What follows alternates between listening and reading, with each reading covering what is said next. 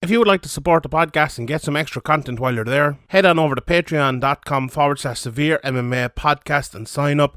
From the rewatch to the Q&A, we will have loads of content every week. So sign up, patreon.com/SevereMMA podcast. And now, here's the podcast. Welcome everybody. It's episode 373 of the Severe MMA podcast. My name is Sean Sheehan, joined today by the Garrod Hegarty of Irish Mixed Martial Arts Media, Graeme McCann, as we talk about a very busy weekend in the world of mixed martial arts. You know, we have another busy weekend next weekend because there's a massive UFC 277 card as well. We'll touch on that towards the end of the card, but we will have a preview show of that this Thursday. I think it will be, like we have every week for the UFC, over on YouTube. So subscribe to our YouTube channel if you haven't already. If you're listening to this on SoundCloud, iTunes, anywhere you're listening to, click the subscribe button as well before you do that. But before we get into the podcast, we must tell you that this episode is presented by our good friends over at All Real Nutrition. Go to eatallreal.com to see all their fantastic stuff. They are an Irish company with the best protein products on the market. Real food ingredients, high quality protein, and an absolutely great taste. If you've been watching our live streams for the last year or so, these lads have been supporting us, so please support them. They are plastic free packaging, and they have home compostable wrappers. They have 4 million bottles prevented from entering the ocean, over 900 5-star reviews as well, and they are delivering anywhere in Europe. If you want to try them out, you can use the promo code SevereMMA to get 15% off over at eatallreal.com. Eatallreal.com. Use the promo code SevereMMA, get 15% off. They're an Irish company based in Kerry. Niall, I said it last week, a massive fan of the podcast, a massive supporter of Severe MMA. So please support him, buy their stuff as well. They're available now in Tesco and all the other places, but you can get 15% off here over at eatallreal.com. So buy them there. Use the promo code SevereMMA. Right, Graeme, let's get straight into the MMA and let's talk about UFC London. And it's funny, we're recording this just after you did a 6-hour live stream, so maybe it's not the best time to do it. But overall, what was your enjoyment levels of that card? Yeah, you know, it definitely had its ups and downs, mainly downs. I think obviously the main event was a big downer, and the Gustafsson fight against Krylov just was a bit sad.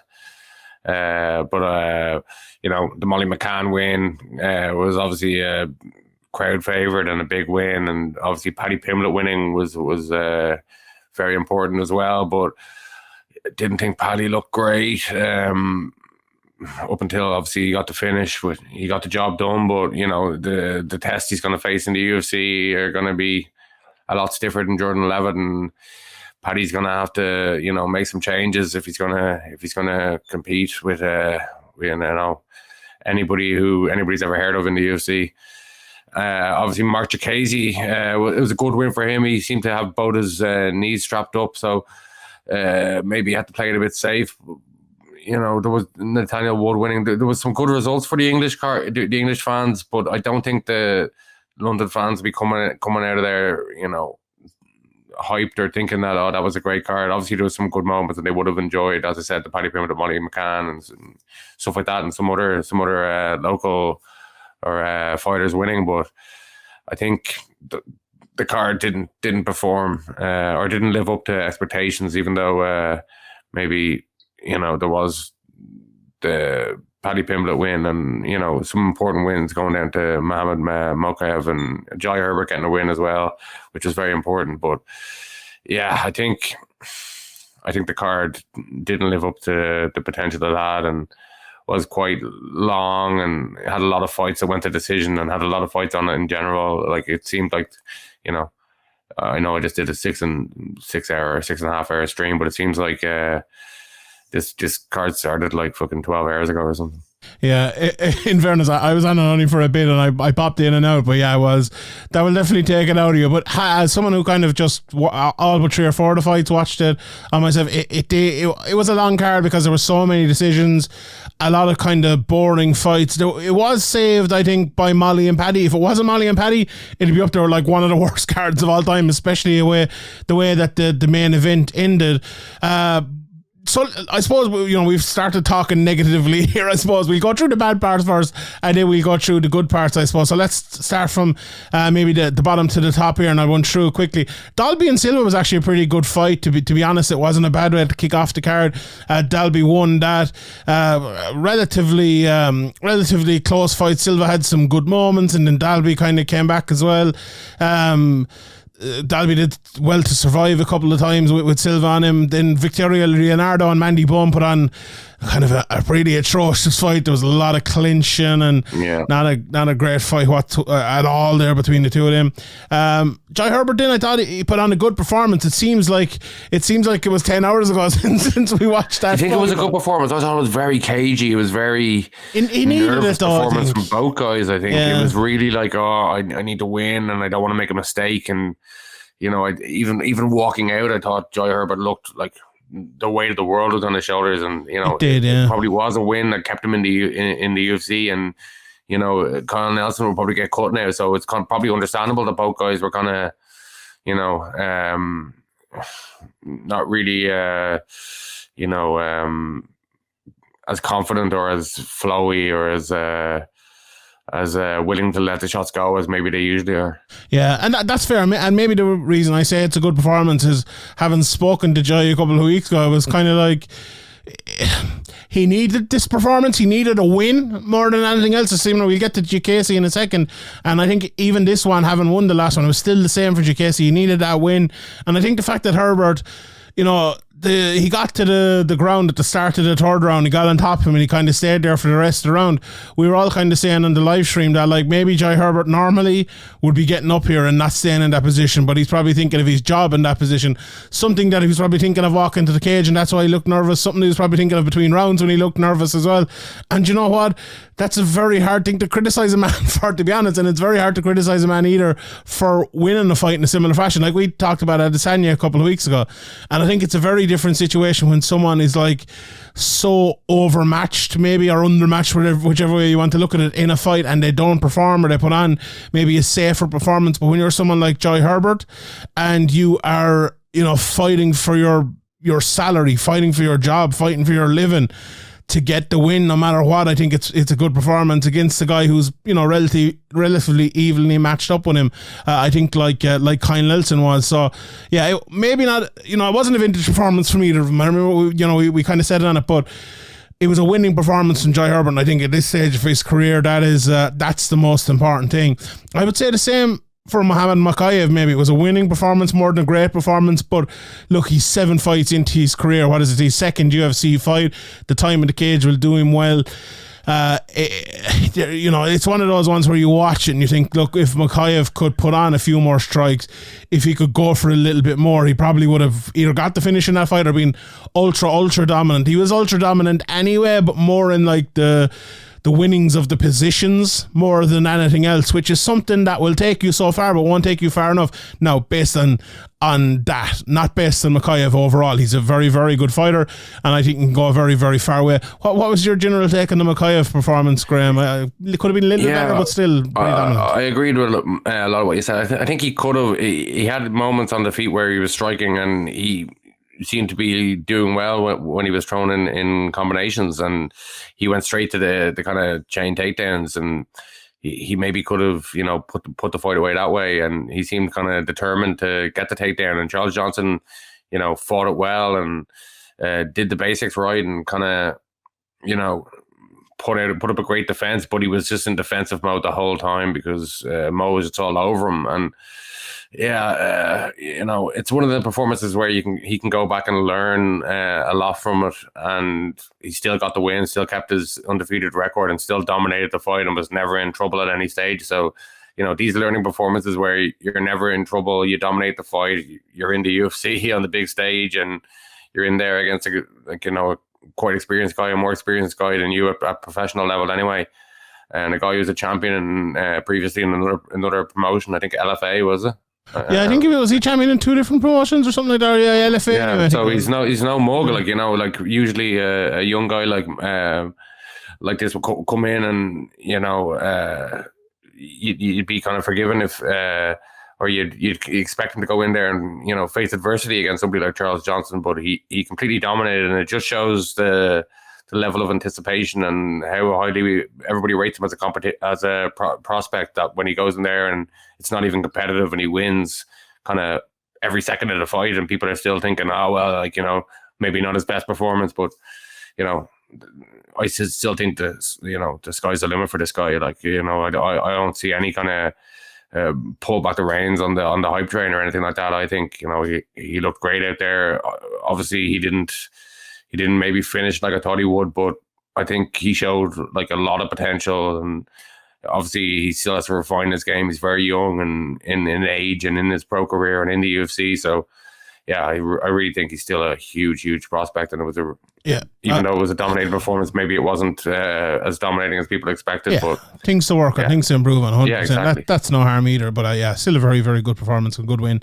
Jonathan Pearson beat McCann Amir Khani. It looked like Amir Khani might have got the finish early, but Jonathan Pearce came back in that one and got the ground and pound win in the second there. Nathaniel Wood then. He looked a bit blown up at 145 going up in weight, but still he got the win, and he dominated over Charles Rosa. He looked good at the weight in terms of the way he fought, but I think size might be an issue for him going forward. I know he talked to Harry, actually, if anyone hasn't listened to that interview yet. He spoke about the reasons he did go up and, you know, not being able to sweat and things like that, and that's a big issue. So if that, if that's the way it is, then he has to fight a 145 and that's it. Charles Rosa, I don't think is particularly a massive 145er. He's kind of like a make a 145er in 2 weeks notice type of guy, and always has been. Look, that some of that is because of the way he keeps himself as well. But good performance in Nathaniel Wood. Good to see him going forward. I would say the same maybe about Mark Casey. Another solid wrestling performance. There isn't much to say about it other than that 15 minutes of domination, just able to get on top. You know, I saw when he came out, he had both knees strapped up. Was that an injury or because he was wrestling now? I don't know. Like he hasn't done it before, to my knowledge or to my memory. He hasn't worn straps on his knees. So maybe there was something in that, and maybe that's why he was even more heavy on the wrestling than before. But you know, I think we mentioned after his last performance, I think things have kind of clicked. The transitional periods in between the different disciplines of martial arts. He seems to have made some kind of, you know, breakthrough there, and you know we'll see it when he steps up in competition again, because he definitely has faced tougher competition in the UFC than this so far. But I do think that you know, it's maybe 90% of the time moving over to a big gym in America or whatever, one of these big gyms, works out. But for Mark, it you know, he kind of got lost in the shuffle or forgotten about. And if there's loads of big names there and there's only so much time for the coaches, maybe if you're not getting the job done in the UFC, you kind of get left behind. And sometimes being the bigger fish in the smaller pond suits guys, and they can get the attention that they need. And that seems to be working out for Mark. So hopefully, you know, that continues. Yeah, 100%. And, you know, it's hard to criticize a guy as well who was almost cut from the UFC 2 fights ago and then has won these last 2, no matter how he's won them. So I think you know, fair play to him, and two dominant performances in a row. There's much to say about that. As you said, he's done well to kind of add parts to his game where he can get kind of the in-between bits to get the fight to the ground, but also if he could add a bit of the striking to the wrestling, which his corner were calling for, to be fair, we could see a very good Mark Casey in a while. Like Aaron Pico is the example of that, I suppose. We see Aaron Pico striking, we see him wrestle, but it was we didn't see much of like him striking and wrestling together. He's doing one or the other. Now I think he's improved that over these last couple of fights, and obviously he's pushed on in his career.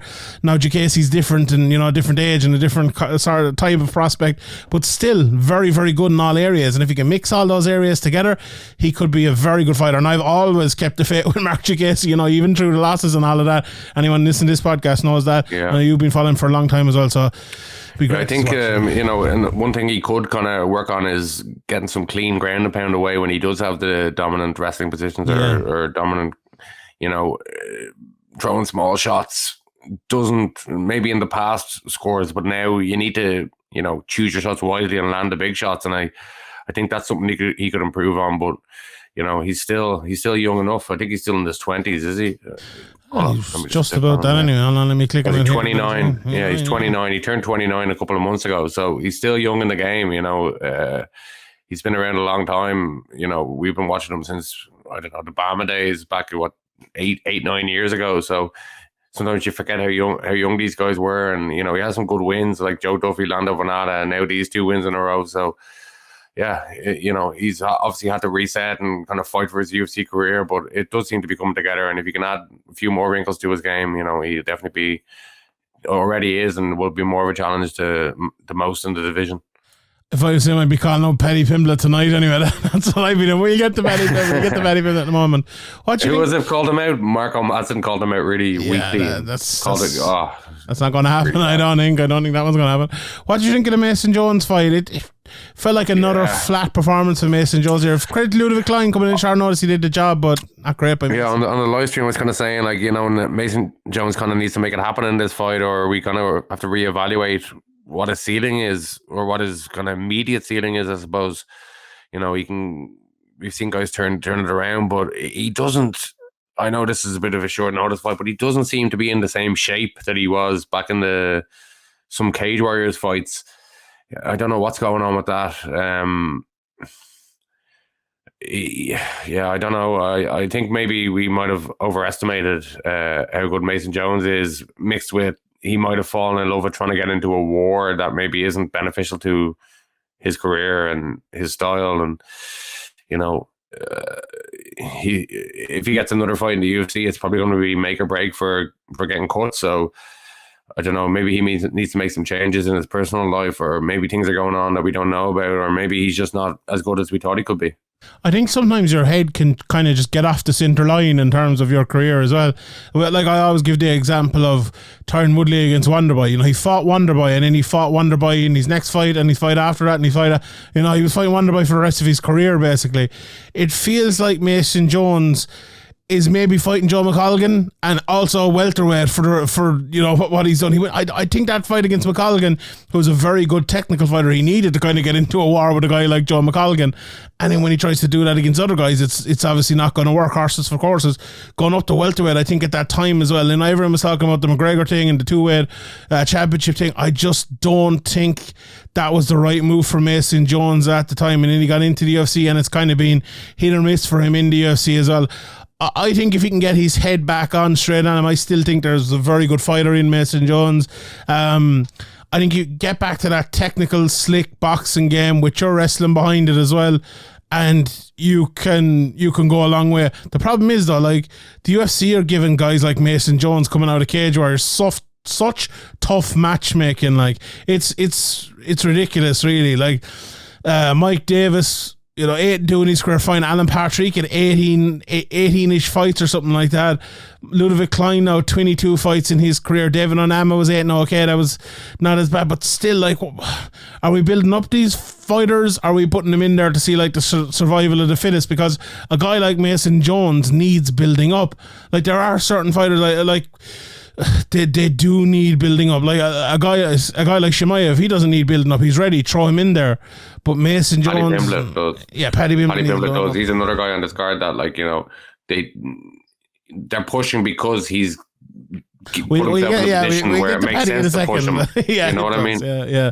But Mason Jones hasn't really done that, so he hasn't. Yeah. He's just another guy to the UFC. He's just another guy. Paddy Pimblett's a special case because he's already kind of done the Cage Warriors thing, built a name for himself online, sold out arenas, had big.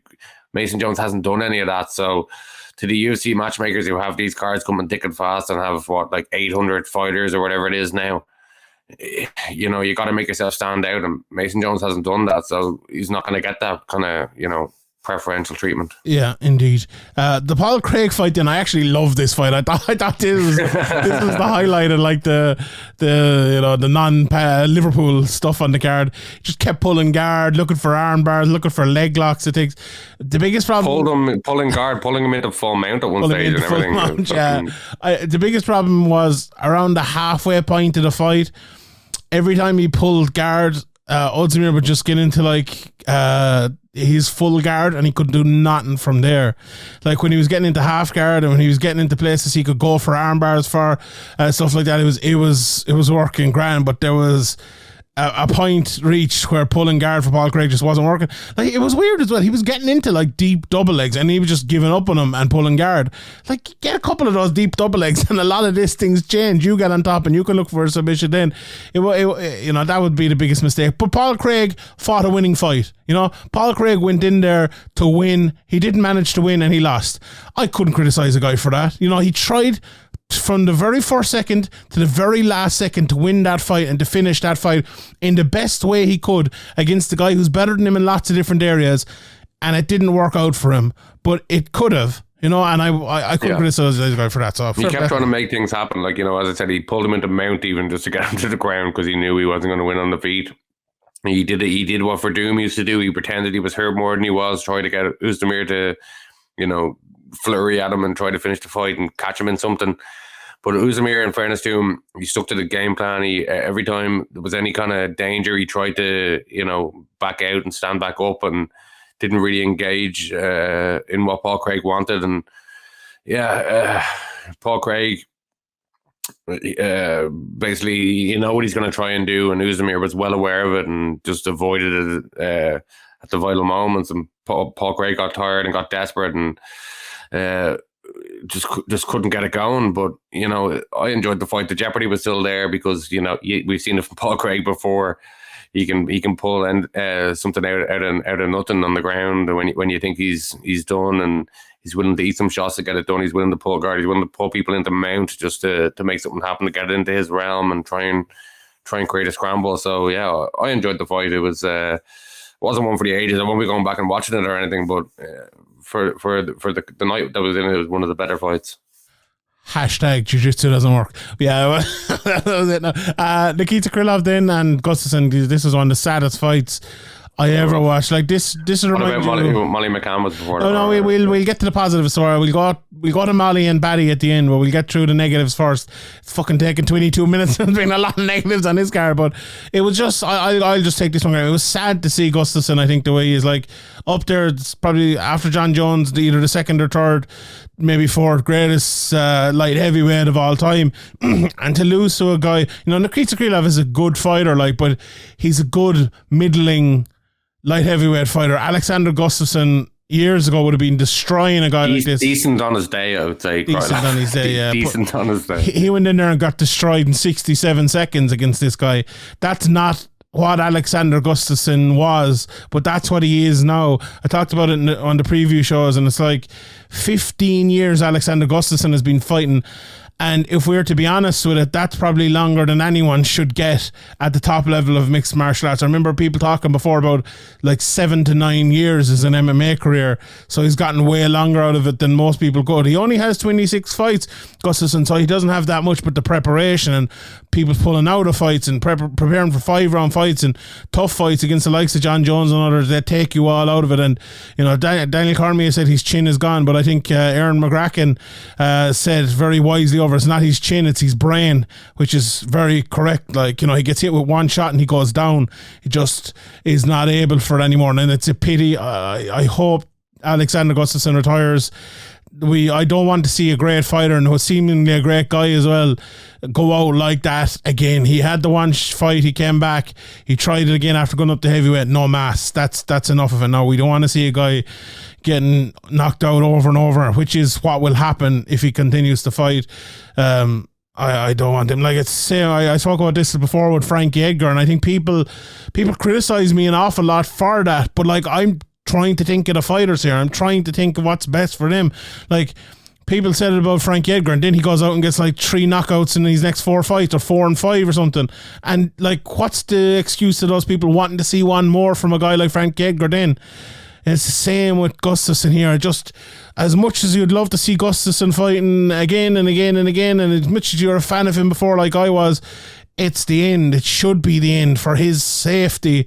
It's only going to get worse. We see the damage that stuff like this can do to you, and I hope that's not the case for Alexander Gustafsson ever again. So, a great fighter. We will remember him as a great fighter, but that's enough for me. That's enough. The top two then, before we go to the Liverpool fights, Jack Hermanson versus Chris Curtis. I thought it was a woeful performance from Chris Curtis and a great one from Jack Hermanson, or a good one from Jack Hermanson. Curtis literally just stood there for the whole fight getting punched up, acting like he was winning. It was bizarre. It was like a Bobby Green fight back in the day or something like that. He couldn't cut him off. He was just following him around, and he was just getting picked apart, and he just had no answer. And then, I don't know, he just acted like a fucking idiot at the end. Yeah, flipping the double birds and stuff. Made himself look really stupid, roaring and shouting, going out of the cage, flipping the double birds again. And it's not like Hermanson didn't fight him or anything like that. Hermanson hit him with a load of shots. He landed a load of shots. Dominated him. Yeah, it was an easy win for Hermanson. Curtis came on a little bit in the third, but even when Hermanson kind of did slow down a little bit in the third after expending a lot of energy in the second, Curtis didn't really have anything for him. The power wasn't doing much for Hermanson. And it was levels, to be honest. Hermanson was just a big level or 2 or 3 levels above Chris Curtis, and it really showed here. And Curtis embarrassed himself then afterwards. I don't know, it was, I don't want to be criticising Eric Nixick again, but you have the Sean Strickland game plan we saw a couple of weeks ago. Now you've dissed Chris Curtis game plan that I'm not sure what it was. Yeah, if this was couldn't have been a game plan. I don't know. It's a game plan. Whichever it is, you have two pretty follow the guy around the cage while getting picked apart. Yeah, it was atrocious anyway. Also, why was this the common event? I know it was supposed to be Darren Till, but when Darren Till gets out of it, just get nobody was going to complain if you moved Jack Hermanson down to the third fight and put Paddy Pimblett at the co-main event. Like even Jack Hermanson, Jack Hermanson would be like, yeah, fair enough. Jack Hermanson probably expecting the call or expecting the message any minute and never came. It never came, but it was ridiculous. And in the main event, Curtis Blades against Tom Aspinall. 15 seconds of wind here, didn't seem that long. Blades hit him with one beautiful right hand, then threw a second and kind of half grazed him. Aspinall threw a leg kick, went to put his leg back down, and as he was putting the leg back down, he was reaching for it. Looked like a dislocated knee or something like that. Looked like a knee injury anyway, maybe. I don't know if ACL or something. A bone in his leg or something. Initially, I thought it was a knee, but then on replay, I thought it might have been a bone in his leg. Yeah, so I'm not really sure. It did seem something bad, all right. Like it was, and it wasn't like it wasn't a check. It was just he stepped in to throw a punch, or Curtis Blades stepped in to throw a punch as Tom was throwing the kick, and it didn't even seem to break on the kick. It seemed to just something seemed to pop or break as he planted his foot, and then he immediately reacted, and you knew it was serious straight away, and obviously he had to be stretchered away, and it looks like it's going to keep him out for at least 6 to 12 months. So it's a big blow. You'd never know to see exactly what it was. Like if it is a dislocation or something like that, it mightn't be as bad as first fear, but as we said, we're literally recording this right after the card, so we'll see how it goes. It was what a disappointing way to end the fight though for Tom Aspinall, for Curtis Blades. Look, Blades gets the injury, but the win, but he says himself, and even did you pick him by first round knockout? Actually, yeah, I did. Yeah, what price was that? Plus 1,000. 10 to 1. Did you bet in that? Yeah, I did. Yeah. Oh, fucking sweet! You were probably the happiest man in UK and Ireland. So after that, how much you won? No, I wasn't actually. To be honest, it was fucking. Yeah, I really wanted to see. I thought there was going to be a lot of questions answered about Tom Aspinall, and I was interested to see what happened, and it looked like it was going to be a quick night the way they kind of came out swinging at each other, but and it ended up being for different reasons, but. Yeah, it was a disappointing ending, especially it's like the second card in a row for the UFC that an injury has ended the main event early. Yeah, it was a disappointing evening to a very, very disappointing night with everything we've gone through there. But the shining light was Molly McCann and Paddy Pimblett. Liverpool always save the day. Like, Liverpool always save the day. It's funny, like, the Liverpool people in a non-scoring main event again. You know, that was fucking, it's not unusual to see that. But anyway, Molly McCann got a great fucking Everton. Nice finishes is very Liverpool, no? Yeah, a little bit, but sure. For Bayern Munich this year, Mane gone over there, but anyway, we leave that. Molly McCann got the spinning back elbow and punches again, the barstool bomber, as I like to call her now. Hannah Goldie, has anyone ever had bigger traps in the UFC? Definitely not a woman anyway, there's no doubt about that, but like, she's the biggest traps I've ever seen, and she's a fucking powerful lady. But Molly McCann showed good takedown defense here. She was a better striker throughout. Look, it was a good matchup for Molly, I think, but she did a great job of it. She was put into some compromising positions by Hannah Goldie, but dealt with all of them very, very well. Landed that spinning elbow, landed some punches after it, and got the finish. Even before that as well, she landed some good punches where I thought she was hurting Hannah Goldie pretty well. Did a great job. They showed Paddy in the background, you know, jumping up and down and everything, cut the promo, was giving out about Everton and everything like that. So that was great and got the crowd up for it. Then we had obviously the down with the Gustafsson loss, but then we had Paddy Pimblett coming out. And it was a very interesting first round for Paddy Pimblett. All three judges actually gave it to him, which, you know, I'm not necessarily too surprised about. But yeah, I gave it to him as well. Yeah, Levitt kind of won the goings of the round, if you want to put it that way. It wasn't dominant by a Paddy. Probably won it on criteria, you know, if you're looking at it from a judging point of view. But from like is Paddy Pimblett the best fighter in the world point of view, you're probably saying, well, Jesus, Jordan Levitt gave him all he could do in the first round there. I thought Levitt was really strong in the clinches, and Paddy was kind of lacking there. He was kind of going for things that he probably shouldn't have gone for. But anyway, the first round went.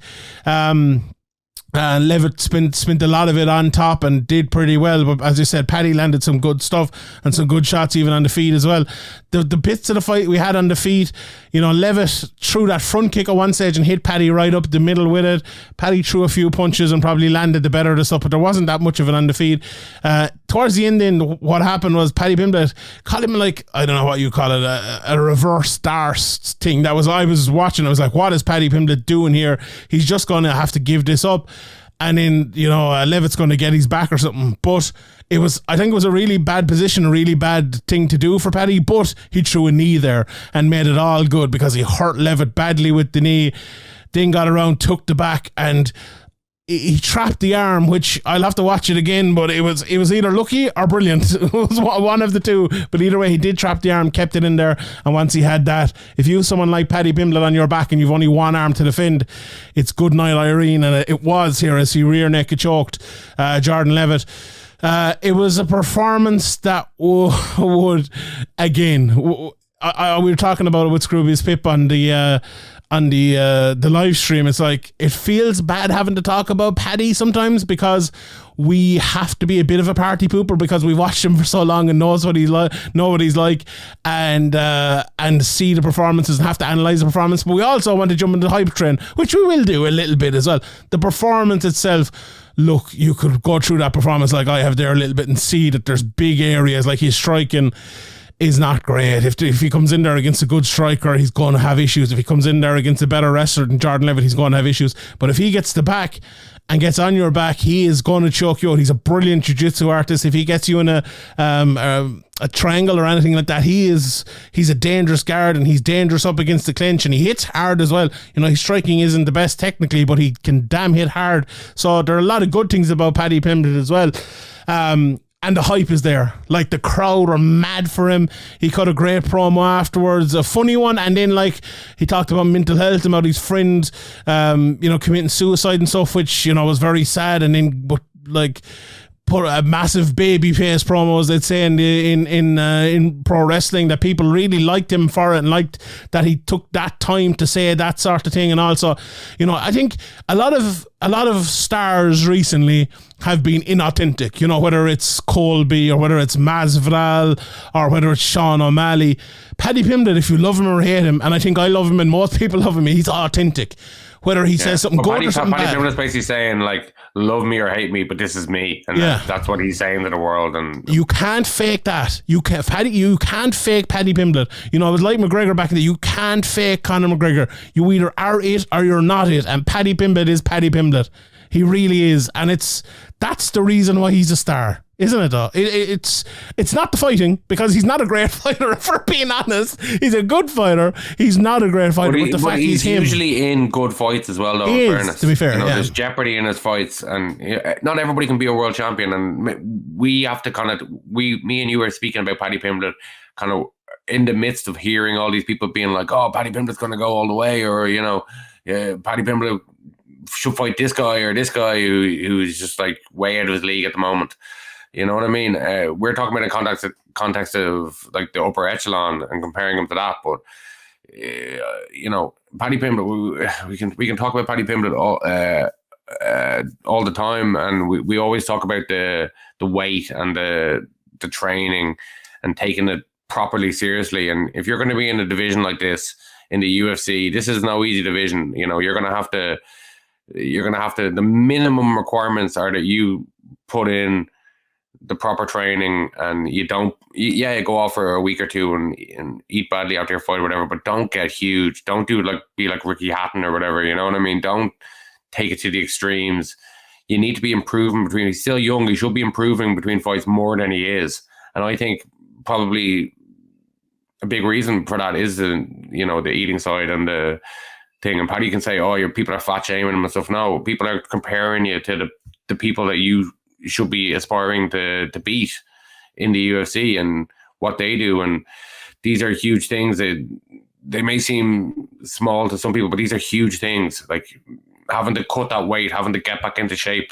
This is wasting time that you could be improving. This is valuable, improvements that you're not making, that you should be making at your age. And the older you get, the harder it becomes to make those gains. So Paddy Pimblett is kind of letting the potential of how good he can be go to waste if he doesn't do this, and he needs to get every bit potential out of his game if he wants to compete with these guys, because most of these guys, unfortunately, like for Paddy or whatever, and people might disagree or whatever, but I think he's at a disadvantage. So he really needs to have all these small things perfect if he's going to compete with these guys, and he needs to be making improvements at a quicker rate than he is at this moment.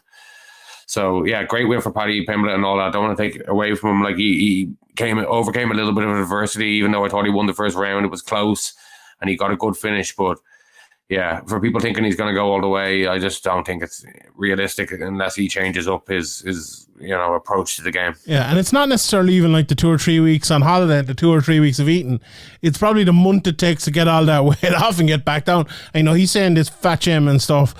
It's just an excuse so he doesn't have to deal with He knows this. He was telling he's not us fat something. either. I can't remember if he told SevereMMA or if he told somebody else years ago or whatever, but he did interviews where he talked years ago in Cage Warriors about how he needs to work with like the University of Liverpool or something. I can't remember exactly, with these special nutritionists and these weight cutting guys and diet and all this stuff so we can improve. Like he said all this stuff. He knows all this stuff, but he's just not doing it. Yeah, 100%. And I think the two best things that Paddy Pimblett said tonight were he was disappointed with his performance and that he wants to fight again before the end of the year, because there's 5 months left in the year, and that means he can't spend too long out of the cage if he wants to fight again. You know, the worst thing Paddy Pimblett could have is a month off or 2 months off. It really, really is, because he doesn't want that. He needs to be improving. Like, as the lad said on the live stream, he should be in the gym Monday morning improving again. Like, Paddy Pimblett is... He's a lot of fights, right? He has a lot of fights in his career, 22 fights, and he is not a prospect. Like, Paddy Pimblett is a long way into his career right now. He needs to make the very most, as you said, Graeme, of what he has, of his ability. He has great ability. He's a good athlete. He's fast. He is like a natural, brilliant jiu-jitsu game, and you need to add pieces to that puzzle to become the full package. And especially a lightweight, If it was a 185, I would say something different. If he was a 205 or whatever, I would say something different. But at 155, there was someone talking like number 14 is Dan Hooker. You could meet him. Dan Hooker would be a nightmare for Paddy Pimblett right now. Would be an absolute nightmare. Imagine someone like a Michael Chandler for Paddy Pimblett. Would be an absolute nightmare to go up and fight someone like that. And I said that when we really shouldn't be saying that. But at the same time, Paddy has a lot of fights.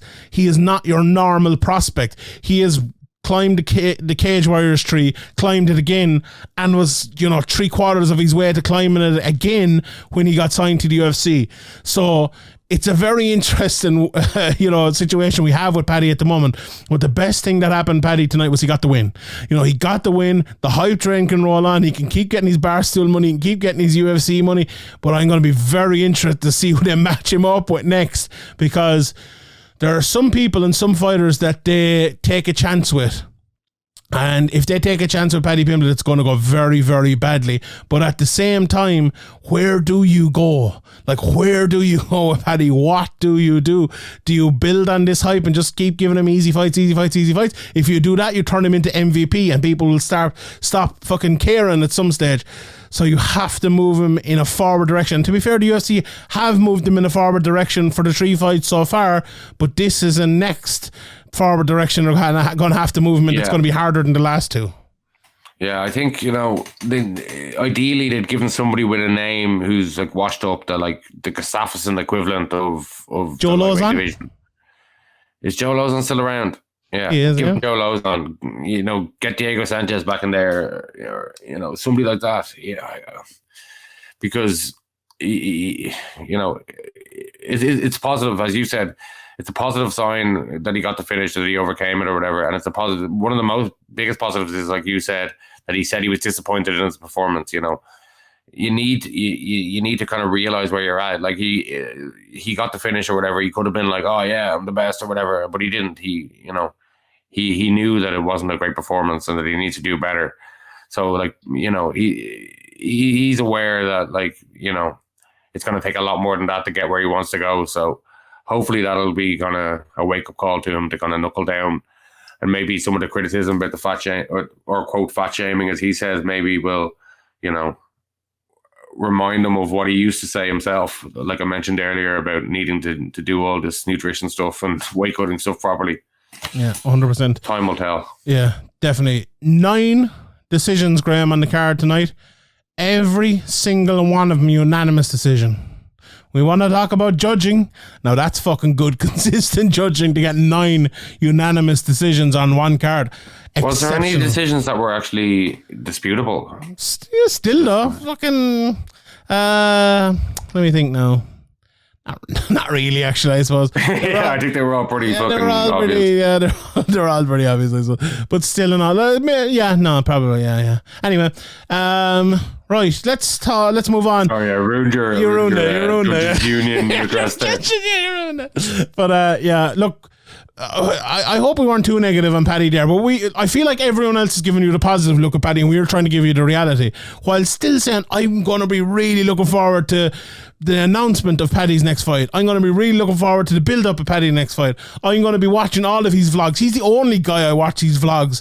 No, there's no other fighter. I'm not watching him better. I'm forward to him way more than any other fight me too. In this card. I've always looked forward to Paddy's fight for years. Like, when he was up and coming in Cage Warriors, I look forward to his fights. He's an exciting fighter. He's a finisher. He's an interesting guy. As we said, he's genuine. So there's a lot of things to like about him, and yeah, he says some stupid shit that people don't like, but he's a young guy saying fucking shit that comes into his head. Like, he's not like making declarations that they should be taken too seriously. Like, people need to chill out a bit around Paddy as well. Yeah, big up Paddy. We're on the hype train. I'm jumping on the hype train. I'll give you the reality, but I'm jumping on the fucking hype train as well. Long live Paddy Pimblett. Let's go Paddy. Team Liverpool all the way. Let's do it. Let's talk a little bit about last night's action, Graeme. Cage Warriors put on probably the card of the weekend, for being honest. O'Neil Brown got a beautiful right hook KO, carries unbelievable power. I'm a big fan of Lanier Kavanagh. Ian had him on the YouTube this week, gave a great interview. Seems like a likeable guy, good looking guy. He's now 4-0. geez, he put on a great performance here against a tough guy in Ander Sanchez. You know, he was only one fight into his career, but this guy, I think, will fight in Cage Warriors again. He's very, very good. Game as hell, got knocked down, did Cavan at one stage, but came back and won the fight again. He's so smooth and so slick for a guy 4 fights into his career. Had Brad Pickett in his corner. Maybe he fought a bit defensively like Brad Pickett, which isn't the best thing in the world maybe to be doing. But he's the type of guy, right? He's a 125er, and you can see exactly the things he needs to add into his game. A bit better defensively, a bit more output, a bit more cardio, which 3-4 fights into his career, all things he can add within. All it's going to take is time. But he has that slick skill. He has beautiful striking. This guy is a prospect you need to be watching out for. I'm really looking forward to seeing his rise. So Lanier Kavanagh, if you don't know the name, know what going over him. Watch that interview he did with Ian. Really, really good. Then we had Madars Flaminas, who beat Jesse Holland. Madars Flaminas, maybe the most disrespected fighter in all of Europe. This guy, I called him the prospect killer, and he is. His last 2 fights, he beat Holland and he beat Oban Elliott. Before that, he's a win over George Hardwick, who's the champion now. He's beaten Matt Bonner, who was the champion before. He's beaten, Sean Lomas, who is a journeyman in the truest and good sense of the word. He's not a can, he's a journeyman. He beat him in his second fight, and he's beaten Mick Stanton. What's going on?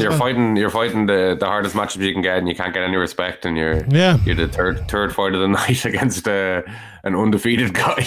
Yeah, and Jesse Holland is still very, very good, but he wasn't the better man last night. Madars Flaminas absolutely dominated the fight and deservedly won. It was a great performance from him.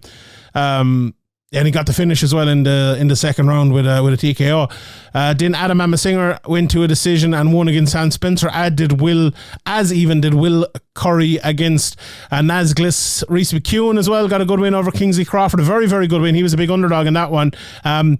Called out by Caelan Loughran afterwards. That fight, I think, makes a lot of sense. I think that probably will happen next. Steve Amiable got a good win. I picked Petley to win that fight, but Amiable absolutely proved me wrong and he won that. Then the biggest shock, maybe not the biggest shock, but one of the big shocks of the night, Samuel Bark, in only his 6th fight, knocked out Tobias Harila with another flying knee. If anyone listened to my previous show, Brad had sent me a video of Bark throwing flying knees, and he knocked out Harila. I think Harila is too insane and too brave of a fighter. He's really good, but God almighty, he just goes and strikes with strikers, wrestles with wrestlers, goes forward at all times.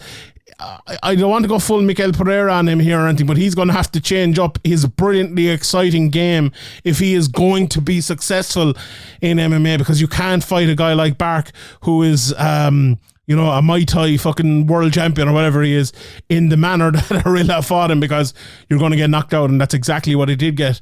But big win here for Bark, and he's going to move on in that 145-pound division. You beat Harila, you put yourself right up there. You could see him fighting for a title next. You could see him fighting Paul Hughes or Vucinic or whoever's around next. He really, really could. He's right up there now. Mick Stanton got a very good win in over Darren Stewart. Another underdog win. Night of the underdogs here. Very good performance from Mick Stanton. Mike Figlak then beat Aggie Sardari. Figlak is just going to the moon here now. What a performance from Figlak. His hands looked amazing. He hurt Sardari a couple of times. I had pinned Sardari as a guy who was going to be going to the UFC and going to have a good career in the UFC, and I really believe in his game. I think he's a very good all-around game, but it just shows you how good Figlak is, shows you how good that Joe McColgan is as well, and it was a brilliant win here for Figlak. On the same night which the title was won in the main event. But before that, Jimmy Wallhead came back and got a big right hook KO over Daniel Skabinski. Another underdog win here. I'm a big fan of Skabinski as well. I think he's good, but Judo Jimmy came in at a fucking 70 years of age, it seems like, and got the finish there. And in the main event, George Hardwick, Kyle Driscoll came in and he struck with Hardwick and he landed some good shots, cut him open at one stage as well, but Hardwick just kept going and ended up getting the finish in the 4th round. Lovely stuff, and I think no one deserves to hold that title more than George Hardwick. I'd say even Joe McColgan would probably agree with that, who stepped aside to let him hold the title. He's had pullouts and missed weights and everything has fucking happened to George Hardwick over the last couple of years, and he deserves it. And afterwards he showed utmost respect to Joe McColgan and goes, if Joe wants to come back, he showed respect to me by stepping aside to let us fight for the title, and if he wants to fight for the title, I will give it to him. I think that's a great fight. If Joe McColgan, I spoke to Joe a few weeks ago and he kind of told me, look, I'm concentrating on my work at the moment. We'll see down the line kind of a thing, which is always kind of, Joe has never hid that fact. He's always kind of said that. But if he would come back, that'd be a magnificent fight. If not, the Mike Figlak fight. But a really good night for Cage Warriors. Flaminas, Yeah, Flaminas. He's the only man to have beaten him. Flaminas is up at 170 now, though, is the only thing. But I think Flaminas versus Reece McKee is a fight you could easily make as well. Flaminas deserves a title shot after that, without a shadow of a doubt. Look, Maurice was saying he wants to go to the UFC. If he does, let him off and have, Flaminas in there against whoever is the next guy up. But would Flaminas go back down for a title shot? Maybe. I don't know, maybe, but. Yeah, we could see it. There seems to be a lot of guys at 155 there, but there's a lot of guys at 170 as well. Like Judo Jimmy's at 170, as is fucking the other Figlak, Matthias Figlak. They all deserve title shots. They're all there or thereabouts. So, that gap left by Ingari at 170, the gap left by Joe McColgan at 155 have both been quickly filled. So, very exciting times for Cage Warriors in the two best divisions. 145, they're on about going to Italy. I wonder will the France card be announced. Very disappointing that they didn't announce a card for Dublin, or Cork or whatever it might be. Very disappointing. After Graeme Boylan promised 3 cards this year, we've had 1. We've 5 months left and none have been announced, so that's a bit disappointing.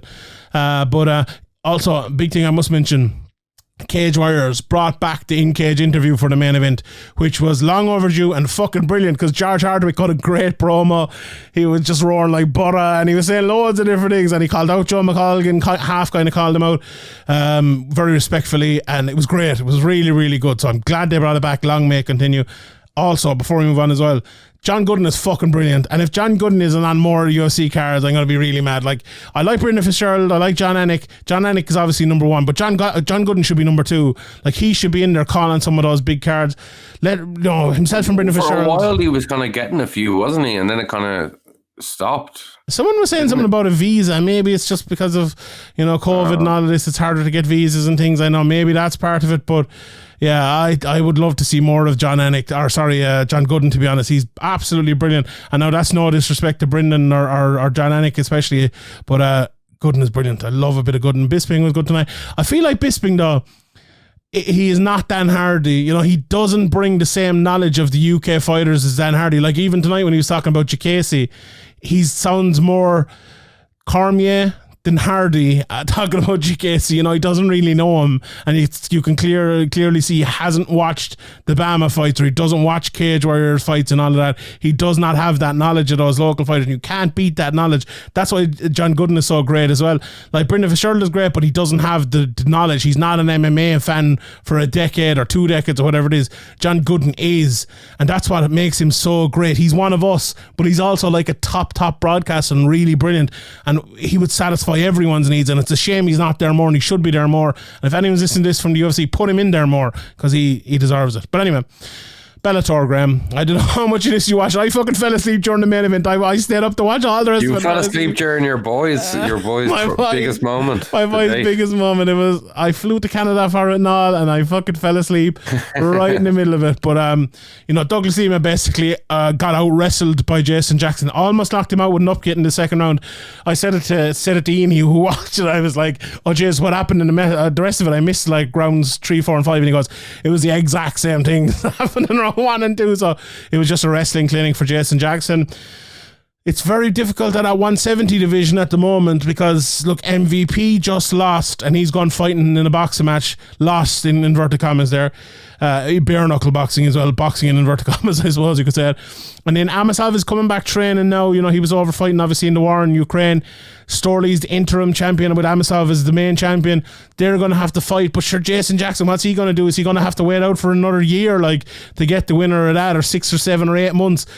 Maybe MVP's gone away now. Maybe they find someone else. But who else can you find? Like, Douglas Nemo is probably the guy you find. So if I was Jason Jackson, probably just sit out. Probably just wait for that fight to happen, be their cage side and get the winner. Yeah, sitting out and waiting, though, is just a risky game. Like, you can wait and then somebody can get injured again, or they decide on a different matchup because there's some kind of beef or there's some kind of other reason. I don't know. If I was Jason Jackson, I'd get back in there, get another payday. I wouldn't be waiting around, a lot can change in 9 months, and I don't think he's the kind of guy who's going to sit out. I don't know. Maybe the Bellator title is really important to him, or something, but probably it's not. Like, you know what I mean? Yeah. Oh, yeah. We'll see what happens. But yeah, good performance and a good win over Douglas Lima, who's now lost 4 in a row. Could I don't know. Well, what's happened to him? Yeah. Tough fights, though. He's lost a lot of tough fights, but maybe it's a time for a move. We talked about it with PFL guys before. Maybe PFL is the move. Maybe, I don't know, would the UFC pick him up on a 4-fight losing streak? But yeah, maybe it might be time for a move somewhere else. But anyway, Tawfiq Musayev then, who anyone who listened to this podcast last week or any of my previews, I said this guy's a class fighter, and by God, he's a class fighter. Finished Sydney Outlaw, who was supposed to fight for the title against Patricky Pitbull in 27 seconds. Musayev also has a win over Patricky Pitbull a couple of years ago, so he'll almost certainly fight for a title, you would think now, on his way back. Just came in and big right hook, knocked him out. Outlaw was given out about the stoppage. Absolutely not. He was given a chance and didn't finish. So yeah, there was that. Then Usman Magomedov got a front choke, a 10-finger kind of choke against Chris Gonzalez. There was very little happening in the first 2 minutes of this, and it was literally kind of the first exchange. Nurmagomedov got the front choke and ended up finishing him. I think Luke Thomas said he's 15-0 now. This guy will be fighting for a title very soon, and maybe Musayev will get it first and he'll fight the winner of that. I could very much see that, but he'll probably get another fight in before that as well. Really, really, really good fighter there, and Gonzalez is a good fighter as well. Then there was a no contest in the Lorenz Larkin Mohamed Berkamov fight. There was an elbow to the back of the head from Larkin while he was being pushed against the cage. Now, it was a very unfortunate one. He threw it to hit the side of the head. It hit the back of the head. Didn't look that bad. And then Berkamov was like, nah, boy, I can't continue. I was kind of looking away at my phone, and then I looked up and the fight was over. I was like, what's after happening here? But it's easy for me to say sitting at home. Maybe it was a lot worse than it looked. It certainly didn't look that bad, and we're kind of saying that in commentary as well. But however, it ended that way, no contest. Maybe they'll run that back. Then Marcelo Gome rear naked choked Devian Franklin. The last few seconds of that, Franklin had been throwing him around the place. It was a really good fight. One of the best heavyweight fights of the year, probably, I would say. It was a very, very good fight, but he got to finish. Dalton Rossiter going in there looking like Arnold Schwarzenegger and absolutely decimated Romero. Cotton took him down. Cotton couldn't take him down. He's beating him on the feet, and he put him to sleep with a big left hook. Absolutely folded him like he folded him like what's your man's name? Louis Theroux. He folded him like Louis Theroux. He did in that one. It was absolutely brilliant. Great stuff from Dalton Rasta, and you should be looking for him as well. 185. It's actually probably a better UFC, better middleweight division than the UFC's middleweight division, if I'm being honest, with top quality anyway. So it'll be actually tougher for him. I think if he was in the UFC, he'd be right thereabouts for a title shot. Dalton Ross is that good, but Bellator's a little bit better, I think. Arteaga then beat Porto. Rabadamov beat King. Magomedov, the fire hydrant, won his fight in a fire hydrant fashion. Again, another knockout for Faraldo. He's 8-0 in that 170 division. He's really good. Jason Bates, very lucky and close. Split decision win over Mark Coates, and then Archie Colgan as well got a good win with the right hook in the third round there. So that's all of last week's MMA. There was actually Cage Contender as well. I'm sure the lads will not Cage Contender. Cage, is it? Yeah, it is Cage Contender, is it? Conflict. Cage Conflict. The lads will have that over in the old triangle next week, I'm sure. But there was some good fights, I believe, on that as well. So that's a very, very, very good to see Irish cards going down. So fair play to them. Next week then, Graeme, we have UFC 277. We have Amanda Nunes versus Juliana Pena 2. We have Kaikara France versus Moreno. And after that, we haven't very fucking much, if we're being honest. We have Derek Lewis. Don't forget Derek Lewis. Derek Lewis against Pavlovich. Like, that's actually a very tough fight for Derek Lewis, I would say. So that's not a bad one. It's a hard one. Yeah, it's a hard one to predict how that's going to go. I think Pavlovich will probably wrestle him and probably win that one, but sure, we'll see. I don't know. There's always that jeopardy in the Derek Lewis there fight. Is, yeah. He could be losing for 14 and a half minutes. And I'm always happy enough when Derek Lewis is on a card. Me too, yeah, I'll take that. Although Pantoja versus Perez, that could be a really good fight as well. That's a good one. Ankalaev Smith, that's a big fight for 205. Alex Moreno and Smellsberger. It's an alright prelim. Drew Dober Alvarez, Melez against some guy I've never heard of who's 3-0. Yeah, Drakkar Klose, good interview with Ian. Drakkar Klose seems like a real nice guy in that interview. He did. He seemed real bang on. Yeah. So he's got an opponent since then. And some other fights then as well. Orion Kosk against Blood Diamond. That's a fucking WWE NXT 2.0 matchup if I've ever fucking seen it. But the top two. Brandon Moreno against Kaikara France for the interim 125-pound title with Figueiredo on the sidelines for some reason. Moreno has a win over Kaikara France back in 2019 via unanimous decision. I must go back and watch that fight again, but from what I remember, it was a fast-paced fight, as it tends to be at 125. Moreno's kind of gone up. Well, they've both gone up a few levels since then, I would say. Kaikara France is a hard hitter and a good striker, but look, Moreno's been in there in his last 3 fights against Figueiredo and didn't get finished by the hardest hitting guy in that division who goes all out for it. In fact, he finished him in the middle of those 3 fights. So it's going to be a tough fight for Kaikara France, but still in all, it's how much on the down is Moreno after that trilogy. Like we often see trilogies and guys are never the same again after it in terms of maybe mentally or physically. It's a tough, if he'd had the 4th fight and they're, 1 draw, 1 win, 1 loss, both of them would have been able to get up for it, Whereas this one, I know he's not the champion and he's fighting for, the interim championship, but I think it might be a little bit hard for him to get up for that. Whereas Kaikara France, he's fighting for that title for the very first time. If he wins it, he'll be fighting in a big unification bout against the ultimate, the champ, or not the champ, but the champion at the moment. So it's massive for him. I think that might be a little bit of an issue here from Moreno. What do you think of this one? Yeah, I think both have improved a lot since the first fight, even though it wasn't that long ago. I think Kaikara France is much more well-rounded and he's much more dangerous now than he was back then. But I obviously think Brandon Moreno has looked much better and kind of took everybody by surprise in his the draw against the first fight against Figueiredo, and obviously beating him in the second one. The second fight. So it could be a case of, the matchup with Figueiredo actually is favorable for Moreno, and maybe he looked better than he maybe is, or it could be a case of he's a fighter that kind of fights to the level of the fighter he's up against. But with Kaikara France, as you said, he's this is the first time he's been here. This is his big moment in his head. This is what he's been training his whole life for. And for Brandon Moreno, is it quite as important? Probably not. It's probably really important anyway. It's really important to him, but there's definitely something there. But for some reason, everything points to Moreno. Should he beat him before? He looked absolutely fantastic against Figueiredo, even in losing. It was a close fight, and he rear naked choked him in the fight before that. So everything kind of points to Moreno winning, but for some reason, Kaikara France has looked really impressive recently, and I think he's going to get it done here. I wouldn't be surprised if he doesn't, but I think he might, cause the upset here, which I'm not sure if it's an upset on the bookies. Very interesting. It is. That's interesting. Do you know what? I'm going to refrain and I'll give my pick during the week. Obviously, we'll have the picks out up on our Instagram and everywhere like that. Andy Stevenson's a great man for doing the pay-per-view picks, so we'll have them out there. But I need to watch a little bit more on that. It was 3 cards this weekend, so we had a lot to cover, but we will cover more of that. Yeah, do you know what? I think I'm leaning Kaikara France, but I will hold off on that. I will hold off on that.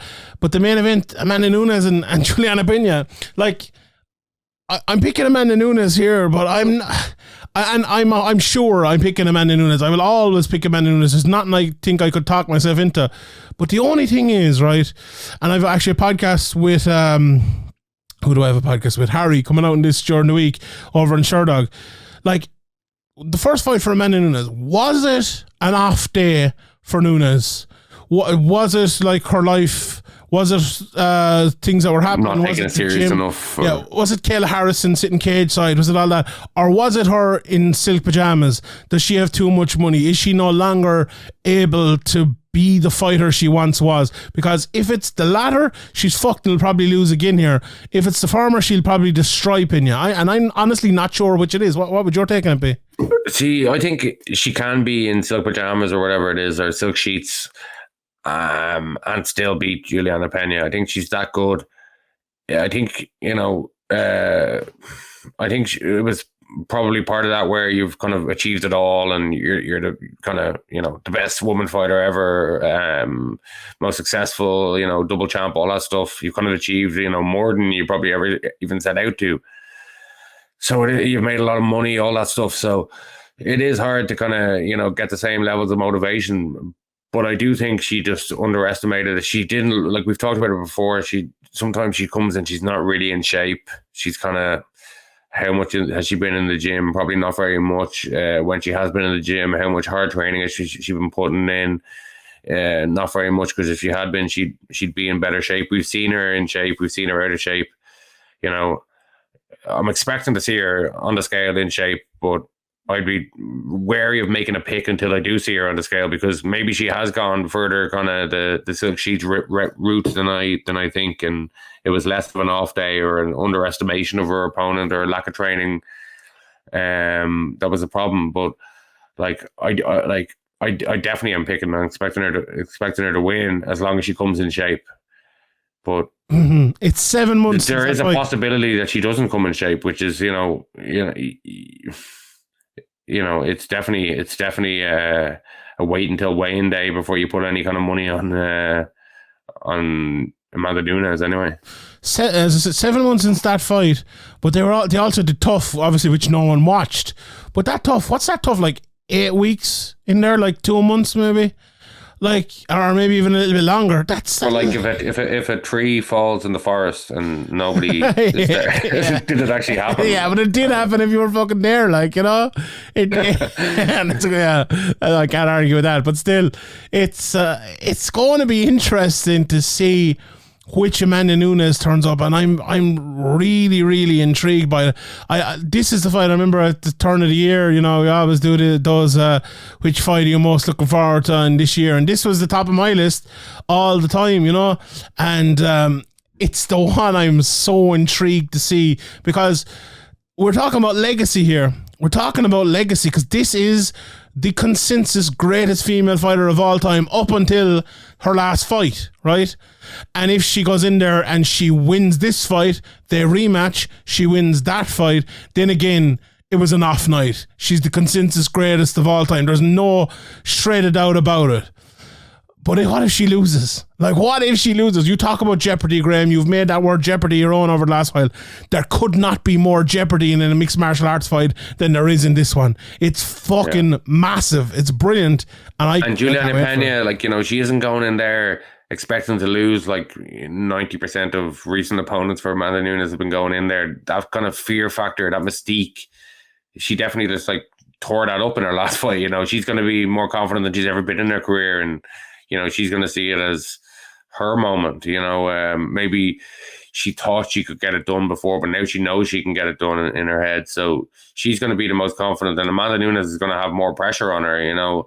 Being champion definitely is a pressure, but now it's fighting for your legacy nearly. It's kind of all on the line, and this is so important for Amanda Nunes. I can't see her not coming in shape for such an important fight. Surely she'll be well prepared for this fight. Yeah, I would tend to agree. But is it that easy to turn it on and turn it off?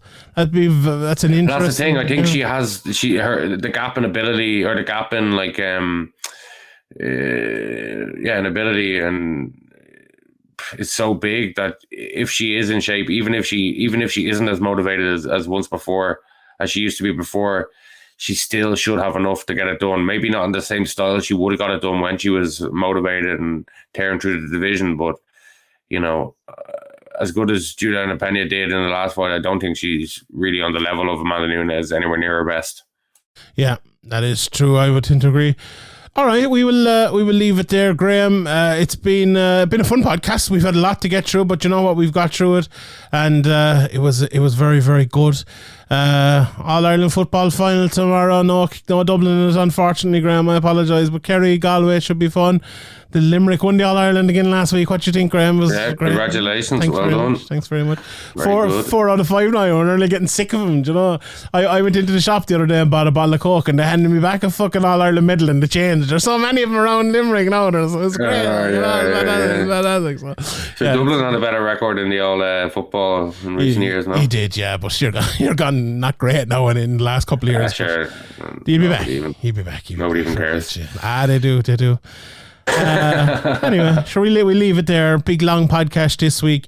Shout out to everyone who bought the t-shirts. Actually, if anyone's looking for a t-shirt, there's actually very few left. We got the striking plus grappling plus aggression plus I modelled it on the 6.5 hour podcast I did right before this podcast. So if you want to see it, head on over to our YouTube. I think I have a couple of XLs left, and I think that's it. I also have a few back. Like I have a large and maybe a medium, and it's on the back instead of on the front. So if anyone's interested in those, let me know, because literally I think I've maybe 4 left. The old freebie misprints. The old freebie misprints. They were great. Yeah, they were great. But they're 25 quid unless you're on Patreon, and they're 20 quid if you're a Patreon member. So let us know. Hit me up on @SevereMMA Pod. Give us a DM there, and we'll get the t-shirts out to you. And thanks everyone who's bought one.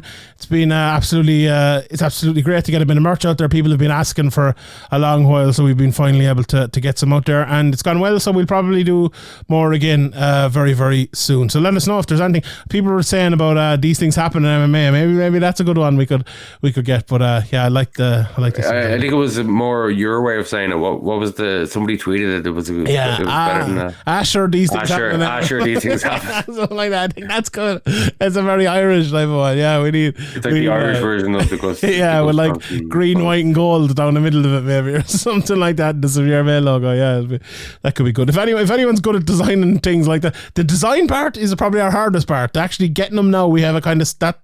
Maybe not sorted, but we have it almost there anyway. So if anyone good people designing out there, we'll pay you like 20 quid if you want to design something good for us. We don't have that much money, but let us know anyway. Let us know. All right, we will leave it there. Shout out again to our friends over at Eat All Real Nutrition, or All Real Nutrition even. You go to eatallreal.com, eatallreal.com. Use the promo code SevereMMA and get 15% off. Lovely protein bars. They have peanut butter now and stuff as well. I have a toothbrush here on my table. Their sunglasses are actually class. I wish I could wear them. I can only wear my prescription sunglasses because I'm blind. But their sunglasses are like really cool. So at the end of the summer, get them now and get started. Patreon.com/SevereMMA podcast as well. We have so much stuff up there. I'm going away for a few days in a few weeks. So if anyone knows when I go away for a few days, there's going to be extra stuff there. So it's probably a good time to sign up for our Patreon now. But anyway, we will leave it there. I am Sean Sheehan. That is Graeme McDonald. Please click the subscribe button and we will leave it there. Apart from Graeme's quote of the week. Graeme. Sweetness, I was only joking when I said by rights you should be bludgeoned in your bed. Jesus Christ. We're gone dark this week with the thing. All right. See you next Tuesday, or probably Sunday.